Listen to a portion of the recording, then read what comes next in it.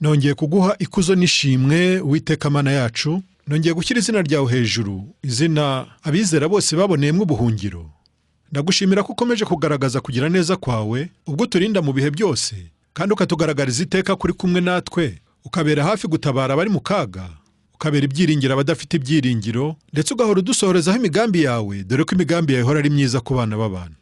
Reka n'ubundi ukomeze ugaburire ubugingo bwacu, binyuze mu ijambo ryawe ryera wandikishije, uyu munsi ugashima kuricisha mu kanwa kanjye, kugira ngo ribashe kugera ku mutima wahagizwa n'inyota, ndetse n'inzara yo gukiranuka. Reka ubuntu bwawe rero bubane natwe, maze icyubahiro cyose kibi cyawe, mu izina rya Yesu Kristo umwami wacu. Amina.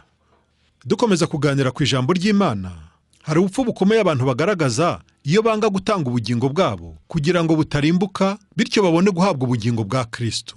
Tekereza nawe wanze kubabazwa akanya gato, noneho ukemera kubabara iteka ryose. Mbega ubuswa bukabije! Ariko kandi Imana ishimwe, kubera yuko mu mugambi wayo nta kurimbura abantu cyangwa se kubata mu muriro birimo, ahubwo ngo icyo Imana ishaka ni uko buri wese yakizwa akabona ubugingo. Kandi ubwo bugingo rero yarabutanze. Ubwo bugingo bwari mu mwana wayo Yesu Kristo, Imana yabutanze nk'impano ku bari mu isi. Yohana bivuga neza, aravuga ati, muri we hari ubugingo, kandi ubwo bugingo ni wo wari umucyo w'abantu. Imana itanga umwana wayo Yesu Kristo, imutanga nk'impano ihesha ubugingo, kandi ngo muri ubwo bugingo ni naho hari umucyo w'abantu. Uko niko bamwizeye bose, bakemera izina rye, bahindutse abana b'umucyo. Mvuga abana b'umucyo, ubwo mbavuga abana bisumba byose, kuko ari we se w'imicyo. Niba hari ikintu abantu bazazira ku munsi w'imperuka, ni uko umucyo waje mu isi, maze abantu bakawurutisha umwijima, ngo kubera yuko ibyo bakora byari bibi. Uko niko Yesu yabyivugiye mu Ivanjili uko yanditswe na Yohana, mu gice cyaho cya 3 ku murongo wa 19. Ati uko gucirwaho iteka ni uko umucyo waje mu isi, abantu bagakunda umwijima kuwurutisha umucyo, babitewe n'uko ibyo bakora ari bibi. Dusomye mu gitabo cy'umuhanuzi Maraki, igice cya 4 umurongo wa 1 kugeza kwa 3, tuhasanga amagambo agira ati, dore hazaba umunsi utwika nk'itanura ry'umuriro, abibone bose n'inkozi z'ibibi zose bazaba ibishingwe, maze habe umunsi uzabatwika bashire. Niko Uwiteka Nyiringabo avuga, ntuzabasigira umuzi cyangwa ishami. Ariko mwebweho abubaha izina ryanjye, izuba ryo gukiranuka rizabarasira rifite gukiza mu mababa yaryo, maze muzasohoka mu kinagire nk'inyana zo mu kiraro. Kandi muzaribatira abanyabyaha hasi, bazabiva munsi y'ibirenge byanyu ku munsi nzabikoreraho. Niko Uwiteka Nyiringabo avuga. Byange bikunde uyu munsi uzaza, kandi bitinde bitebuke, nta kabuza uyu munsi uzabaho. Uyu ni umunsi w'umunezero kuri bamwe, ariko kandi ni umunsi w'akaga n'amakuba ku bandi. Ubu nibwo amazi azaba yamaze kurenga inkombe, ahangaha nta busobanuro bundi umuntu azaba agifite. Mbese icyo utabonye icyo gihe ntabwo uzaba ukikibonye, ku buryo gutaka no gusaba imbabazi ntacyo bizaba bikimaze. Igihe Imana yahaye abantu ni iki, kandi kirahagije mu by'ukuri. Ubwo abakobanyi baduhinduye iciro ry'imigani, bavuga bati ibyo mwavuze kuva kera biri hehe, ko kuva mu gihe cya Yesu Kristo mwavugaga ngo turi mu minsi y'imperuka. Ibi byose ni ikimenyetso cyo kwihangana kw'Imana, kuko Imana itifuza ko hagira n'umwe urimbuka.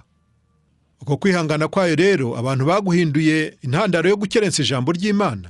Ntibakamenye yuko uko kwihangana kw'Imana ari ukubarehereza kwihana. Ariko kandi nk'uko buri kintu nyine kigira igihe cyacyo, hari igihe cyo kwinginga, hakaba n'igihe cyo guhora.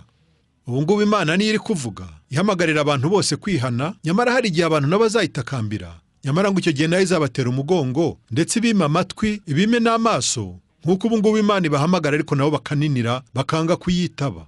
Nta Imana itakoze, agakiza k'abantu yagatanze nk'impano, ntawe Imana yigeze isaba ikiguzi. Ariko kandi ikibazo ni uko kugeza amagingo aya ngaya, ngo abanyura mu nzira y'irimbukiro nibo benshi, ariyo Yesu yise inzira ngari.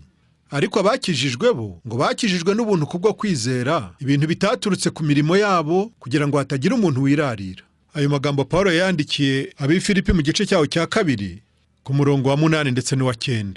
Kwizera rero nta handi guturuka, uretse mu kumva nyine, kandi kumva ngo kugaheshwa n'ijambo rya Kristo. Ubundi umutima wawe kugira ngo wumve, ni uko ari ijambo rya Kristo nyine riba rivuzwe. Naho ubundi ngaramba avuze, atari Kristo uvuze, wowe uzabyumvisha amatwi y'umubiri, ndetse ubifate mu mutwe gusa, ariko ntabwo bizigera byinjira mu mutima wawe. Ikinjira mu mutima w'umwana w'umuntu ni igiturutse ku Mana gusa, cyangwa se nanone igiturutse ku mubi. Kuko nk'uko hariho kwizera nyako guhesha agakiza, hariho n'ukundi kwizera nanone gupfuye, kandi uko nguko nyine nta handi kujyana uretse mu irimbukiro. Kandi nguko kwizera kombi nanone kugira imirimo. Ariyo mpamvu nkuze kubabwira yuko nta kwizera kutagira imirimo, nk'uko Yakobo nawe yabivuze. Hari ahantu nabaye twafashirizwaga mu buryo bw'umwuka. Iyo baduhaga ijambo ry'Imana twumvaga rwose dufashijwe kandi tukumva tuguwe neza, ariko igihe cyarageze noneho batangira kuduha icyo bitaga umutima wabo. Ndababwiza ukuri yuko mu bo twari kumwe bose aho ngaho abasigaye n'imbarwa, kuko kuri benshi uwo mutima warabashaririye, uwo mutima urabarurira, umutima urababihira, ku buryo twese twatatanye, buri wese ajya ukwe yibaza niba icyo yumvise n'icyo abonye biva ku muntu umwe. Ariko uzi kuvuga neza amagambo hanyuma byagera mu buzima ugasanga ni ibintu bidafite aho bihuriye. Wa mugani wa Yakobo, isoko imwe ikavamo amazi meza, amazi aryoshye n'andi asharira. Ibyo rero ni ibisanzwe cyane mu cyitwa umurimo w'Imana. None hariho amagambo ariko kandi hakabaho n'ubuzima. Icyitwa ubutumwa bwiza ubu ngubu buri wese abasha kugisobanura, dore ko ukuri kwashyizwe ahagaragara kandi byanditswe kera byose n'ubundi ngo byandikiwe kugira ngo bitwigishe. Ababashije gucukumbura ibyanditswe babonye ko ubugingo buhoraho bushingira ku gikorwa kimwe rukumbi cyakozwe n'uwitwa Yesu Kristo, ari we mucunguzi akaba n'umwami ku bamwizera bo ku isi yose. Kandi umwenda w'icyaha yishyuye ni umwenda w'iteka, ku buryo ntacyo yasize. Nta mwenda wasigaye na busa, ku buryo ku bijyanye n'icyaha rwose nta cyasigaye kidahongerewe. Hari ahantu nabaye twafashirizwaga mu buryo bw'umwuka. Iyo baduhaga ijambo ry'Imana twumvaga rwose dufashijwe kandi tukumva tuguwe neza, ariko igihe cyarageze noneho batangira kuduha icyo bitaga umutima wabo. Ndababwiza ukuri yuko mu bo twari kumwe bose aho ngaho abasigaye n'imbarwa, kuko kuri benshi uwo mutima warabashaririye, uwo mutima urabarurira, umutima urababihira, ku buryo twese twatatanye, buri wese ajya ukwe yibaza niba icyo yumvise n'icyo abonye biva ku muntu umwe. Ariko uzi kuvuga neza amagambo hanyuma byagera mu buzima ugasanga ni ibintu bidafite aho bihuriye. Wa mugani wa Yakobo, isoko imwe ikavamo amazi meza, amazi aryoshye n'andi asharira. Ibyo rero ni ibisanzwe cyane mu cyitwa umurimo w'Imana. None hariho amagambo ariko kandi hakabaho n'ubuzima. Icyitwa ubutumwa bwiza ubu ngubu buri wese abasha kugisobanura, dore ko ukuri kwashyizwe ahagaragara kandi byanditswe kera byose n'ubundi ngo byandikiwe kugira ngo bitwigishe. Ababashije gucukumbura ibyanditswe babonye ko ubugingo buhoraho bushingira ku gikorwa kimwe rukumbi cyakozwe n'uwitwa Yesu Kristo, ari we mucunguzi akaba n'umwami ku bamwizera bo ku isi yose. Kandi umwenda w'icyaha yishyuye ni umwenda w'iteka, ku buryo ntacyo yasize. Nta mwenda wasigaye na busa, ku buryo ku bijyanye n'icyaha rwose nta cyasigaye kidahongerewe. Nababwiye ukuntu umuntu yazimiye, kandi buryo ujya kuzimira bihera mu bitekerezo. Iyo wibwira kuri mukuri ugira ishyaka cyane mu byo ukora, kandi wa mugani ngo ntawihuta nk'uwayobye. Umuntu rero yarayobye ku buryo kuyoba bitakiri ikibazo nko kumenya ko yayobye. Kuyoba ni ikintu kimwe no kumenya ko wayobye ni ikindi.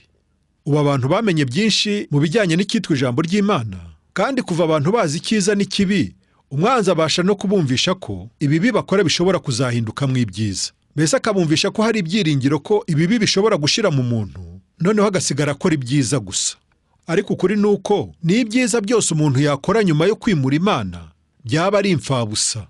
Nibyo Yesaya yavuze muri aya magambo, aho agira ati, kuko twese twahindutse abanduye, kandi n'ibyo twakiranutse byose bimeze nk'ubushwambagara bwuzuye ibizinga, twese turaba nk'ibibabi, kandi gukiranirwa kwacu kudutwara nk'umuyaga. Ayo ni amagambo ubasha kwisomera mu gitabo cya Yesaya mu gice cya 64 ku murongo wa 5. Ubundi igihe nk'uko nkunda kubivuga, ntabwo ngirana ikibazo n'abantu batazi cyangwa se bazi. Ushobora kuba uzi ibintu gutya cyangwa se utabizi, ariko jyewe ikintu cy'ingenzi kandi nibandaho ni ikintu kijyanye n'umutima. Uwo mutima wawe ukuvugisha ibyo byose ni umutima w'Imana cyangwa n'umutima wa kamere? Ari umutima wa kamere naho nshobora kubyumva kandi nkavuga nti nta kibazo cyane, nubwo nacyo ari ikibazo, kuko umuntu w'Imana adakwiriye kugendera ku mutima wa kamere. Ariko noneho niba ari umutima w'umubi, niba ari umutima w'umwanzi, niba ari umutima wuzuye uburiganya, niba ari umutima wishakira inyungu, ibyo uvuga byose ukabivuga wishakira inyungu, wishakira icyubahiro, mbese ukurura wishyira, rwose jyewe ubwo ngubwo mba nkuvuyeho. Umutima wanjye ntabwo wongera kukwishimira, umutima wanjye ntabwo wongera guhamanya nawe, kandi tudahamanya nyine kugira ngo tuzagendane, urumva nawe ko ari ikibazo. Nkunda kuvuga wa mugani abanyarwanda baciye uvuga ngo ibisa birasabirana. Nanjye abantu b'Imana mbamenyera ku mutima. Niba umutima wawe utanryoheye, amagambo yawe naho yaba meza ate, hari ukuntu ntabura kuyakemanga. Hari ukuntu rero Imana yabigenje kugira ngo itugarure mu nzira yayo, kandi hahirwa abumvise ijwi ry'Imana maze bakagaruka. Icyo nicyo nanjye kwifuriza none.